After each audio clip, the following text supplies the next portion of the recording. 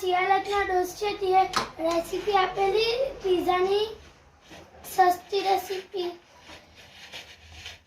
પહેલા રોટી લાવવાની, પછી એના પર શેઝવાન ચટણી લગાવવાની. રોટી ને શેઝવાનના ઉપર મેયોનીઝ લગાવવાનું. રોટલી, શેઝવાન ચટણી ને મેયોનીઝના ઉપર ટામેટા નાખવા. રોટી, શેઝવાન ચટણી ને મેયોનીઝ ને ટામેટાના ઉપર ચીઝ નાખવા. પહેલા એક પીઝો બનાવ્યો, પછી મને કોન્ફિડન્સ થઈ ગયો, પછી આખા ઘરવાળા સારું બનાવ્યું.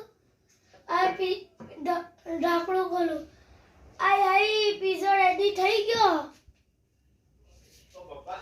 હવે તમે બી ઘરે બનાવજો ને પછી કોમેન્ટ કરીને કહેજો કેવો લાગ્યો તે.